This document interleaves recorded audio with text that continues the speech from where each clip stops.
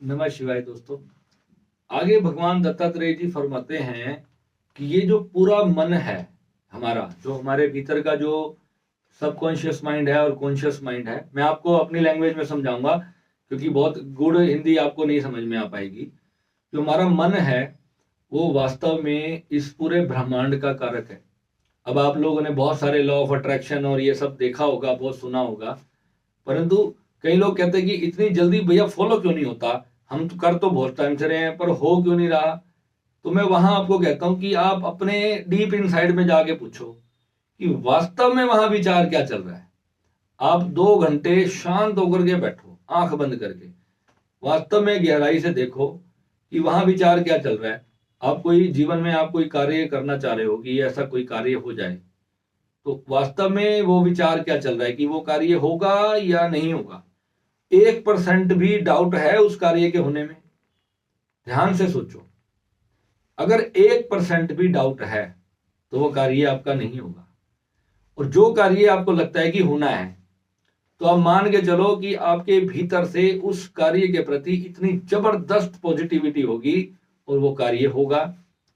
अब यहां पर क्या है, यहां पर पूरा ग्रहों का जाल शुरू हो जाता है। अब जहां पर राहु केतु शनि मंगल ना जाने क्या क्या आता है, क्योंकि ये ग्रह आपके विचार हैं। अब जो अवधूत है फिर वो क्या है? अब अवधूत कहते हैं कि दत्तात्रेय भगवान कहते हैं कि मैं तो इस मन से परे हूं। वास्तव में ये मन ही इस संसार का कारक है। ये पूरा ब्रह्मांड जो चल रहा है ये मन ही चला रहा है और मन से ही ये सब कुछ हो रहा है। मन हमारा माइंड, मस्तिष्क, वही जो अंदर हमारे जो सोचता है, जो क्रिया। अगर आपने सोचा कि मुझे दुबई जाना है, तो आप दुबई के लिए प्लान बनाओगे, उसके लिए टिकट खरीदोगे, उसके लिए तैयारी करोगे, बैग पैक करोगे तो दुबई पहुंचोगे। सबसे पहला तो विचार मन ही करेगा। आपको किसी के ऊपर बॉम्ब ब्लास्ट करना है, आतंकवादी बनना है, तो वो भी आपका विचार ही आपको आतंकवादी बनाता है। और आपको परमात्मा की प्राप्ति करनी है, आज इस वीडियो को आप आए हो तो ये भी आपका मन ही लेकर के आया कि यार कुछ अच्छी चीज मिल रही है। तो ये मन को आप जहां लगाओ, तो लगाने वाली पावर कौन है? अवधूत ब्रह्म। वही आपके भीतर जिसकी इच्छा बार बार प्रकट हो रही है, जिसकी इच्छा बार बार हो रही है कि मैं अच्छे मार्ग पे जाऊं।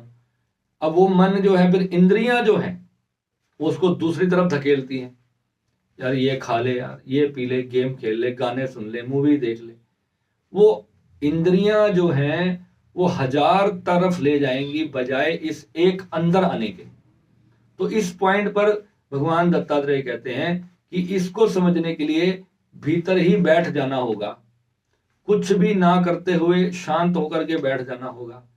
शांत होकर के बैठ करके गुरु से दीक्षा प्राप्त होने के बाद आपको अपनी उस शक्ति को, जैसे गुरु आपको मार्ग देता है उसी तरीके से आप उस शक्ति को ऊपर उठाना शुरू करो।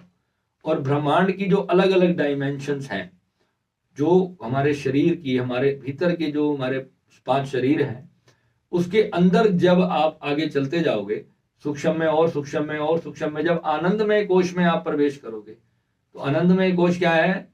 अवधूत। तो अवधूत वहां से ये प्रवचन करते हैं। तो जब यहां पर अब मैं अगर आपको कोई बात बता रहा हूं तो मैं बिल्कुल आपके लेवल पर नीचे आकर के बात बता रहा हूं। वहां बैठकर प्रवचन नहीं होगा। वहां बैठ करके तो अवधूत गीता लिखी जाएगी। अब वो तो उन लोगों की जो उस जमाने में जो भाषा शैली थी, जो उनकी बोलने की कला थी, वो तो एक शब्द बोलते थे तो लाखों लोग वहीं गिर जाते थे। उनकी तो इतनी जबरदस्त, भगवान बुद्ध जब मुख से कुछ शब्द बोलते थे तो वहीं हजारों लोग भिक्षु हो जाते थे। इतनी जबरदस्त उनके अंदर कला थी। परंतु कला के साथ और भी क्या था, उनके ऑरा में जब कोई आता था, उनके सामने जब कोई बैठता था तो कुछ वाइब्रेशंस उनको मिलती थी। भगवान बुद्ध तुरंत उसको शक्तिपात देना शुरू करते थे। जब अंगुलीमाल आया भगवान बुद्ध के सामने, तो वो तो हर किसी को देखते ही उसके हाथ पैर काट देता था।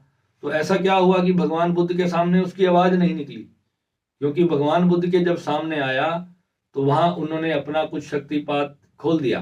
क्योंकि उंगली माल रिसेप्टिव था, वो चाह रहा था कि कुछ मुझे शांति मिले, वो कहीं झुकना चाहता ही था। वो लोगों की हत्याएं कर करके वो ऑलरेडी दुखी था। तो जब वो भगवान बुद्ध के सामने जब समर्पण में आया तो भगवान ने देखा, उन्होंने तो भीतर से जान ही लिया था। अब यहाँ जब भगवान भगवान शब्द मेरी आदत है, जब मैं किसी भी गुरु की बात करता हूँ तो मेरे मुख से भगवान निकलता है, क्योंकि जब हम उस भाव से तो जुड़ते हैं तो उनकी कॉन्शियसनेस का जो प्रेम है वो हमारे लिए खुल जाता है। जब हम उनको भगवान मान के 2 पल के लिए भी जब उनके साथ हम पूरे अटैचमेंट के साथ जब जुड़ते हैं, आप किसी भी भगवान का ध्यान करके देखो, सच्चे मन से उनकी कॉन्शियसनेस को पुकारो, आप देखो तुरंत शक्तिपात होना शुरू होगा आपको। तो वही तो है वो प्रेम की ऊर्जा। क्या है? भगवान प्रेम है, आपको उसको प्रेम के साथ कनेक्शन बनाना है अपना। लोग कहते हैं कि गुरुजी शक्तिपात नहीं आ रहा, शक्तिपात नहीं आ रहा। मैं भी पहले अपने गुरुजी को बड़े फोन करता था, गुरुजी पता नहीं आज क्या हो गया, शक्तिपात नहीं आ रहा। क्योंकि मन में संदेह आ गया, शक्तिपात वहीं रुक जाता है। जहां पर संदेह नाम की चिड़िया बीच में आई तो समझो हमने फाटक लगाया। फिर गुरुजी कहते थे जा अपने भीतर देख, कहाँ गलती कर रहा है, कहाँ पे गलत काम करके आया जो तू मुझसे छुपा रहा है। तो फिर कहीं ना कहीं तो हम गड़बड़ करते थे, तो हमें पता चलता था कि हाँ ये आज हमने गड़बड़ किया है तो काम गड़बड़ हो गया। गुरु की तरफ से कोई गलती नहीं होती, वो तो दे ही रहा है, वो कहीं नहीं रुकता। हम अपने दरवाजे बंद करके बैठ जाए तो इसमें गुरु की कोई गलती नहीं। हम जब गुरु को एक छोटा मोटा इंसान समझ लेंगे, उसी दिन हमारा फाटक बंद हो जाएगा, उसी दिन वो कृपा आनी बंद हो जाएगी। क्योंकि हमारा भाव ही उस रिसेप्टिवनेस मोड में हमें लेकर आता है। जो रिसेप्टिव मोड है, जहां हम अपना बर्तन कहते हैं ना, बर्तन अपना खोल के बैठो, तो बर्तन कब खुलेगा? जब आपके भीतर समर्पण होगा। अब समर्पण जहां तक आपका आएगा, मैं कहता हूं आप पत्थर की मूर्ति के आगे जाकर पूरे समर्पण के साथ बैठो। आपका समर्पण कितना है? कितने लोग हैं जो ठाकुर जी को मूर्ति को जो सिर्फ ठाकुर जी की मूर्ति ही समझते हैं। देखो बहुत सारे मुस्लिमों के वीडियो आते हैं, ठाकुर जी की मूर्ति पर पांव रख के खड़े हैं, शिवलिंग पर पांव रख के खड़े हैं। अब उनको ये नहीं मालूम कि कोई भक्त वहां से भावना रख के बैठा है कि जा तू भस्म होगा, तूने मेरे भगवान के ऊपर पांव रखा है। वो जो वाइब्रेशन है वो उसकी 17 पीढ़ियों को समाप्त करने की पावर रखती है। क्योंकि लाखों भक्तों की ऊर्जा से टकरा गया वो एक मूर्ख, जिसको ये नहीं पता कि उसने तो किसी को दिखाने के लिए भगवान की मूर्ति तोड़ दी या उस पर पांव रख दिया। लाखों भक्त जब उस वीडियो को देखते हैं, उनकी जो हृदय से जो भावनाएं निकलती हैं, जो नेगेटिव रेज निकलती हैं, इन्हें मेरे भगवान पर पांव रखा है, वो जो ऊर्जा उस व्यक्ति के जीवन पर जाके जो प्रभाव डालेगी वो अभी उसको उसका अंदाजा नहीं। तो दोस्तों, इसलिए अगर आप आस्तिक हैं या नास्तिक हैं, ये बात भी आपको समझनी चाहिए कि अगर आप भगवान को मानते हैं तो ठीक, अगर नहीं मानते तो आप इनके अगेंस्ट मोड में भी ना बैठें। आप किसी भी रिलीजन से हैं, आप निराकार को मानिए चाहे आप साकार को मानिए। साकार वालों का अपना मार्ग है और निराकार वालों का अपना मार्ग है। वास्तविकता जिनको दोनों मार्गों का पता है तो वो निराकार की भी पूजा करेगा और साकार की, क्योंकि वो तो सब कुछ में ही अपने भोलेनाथ को देख के बैठा है, या कृष्ण को देख रहा है, या राम को, या गुरु नानक जी को, किसी को भी देख रहा है। अगर आप किसी सच्चे सिख से पूछोगे तो वो कहेगा कि कण कण में मेरा वाहिगुरु है। तो आपको वो भावना उसकी पता चलेगी कि वो कण कण में, वो एक सड़क पे बैठे बच्चे को भोजन कराने की भावना जो क्यों, किसको? वो अपने परमात्मा को ही तो भोजन करा रहा है। वो जो लंगर करा रहे हैं, जो सेवा करा रहे हैं, इतनी क्या है, उसके हुक्म का पालन कर रहे हैं। तो ये भावना ही आपको देने से पैदा होती है।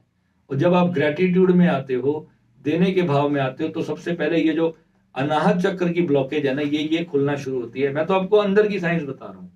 और जहां पे आप बंद अपने आप को करने लग जाओगे, जहां पे दुनिया के लिए आप छीनने का बोध आपके अंदर बैठ जाएगा, तो फिर आप अपने आप को बंद कर लोगे।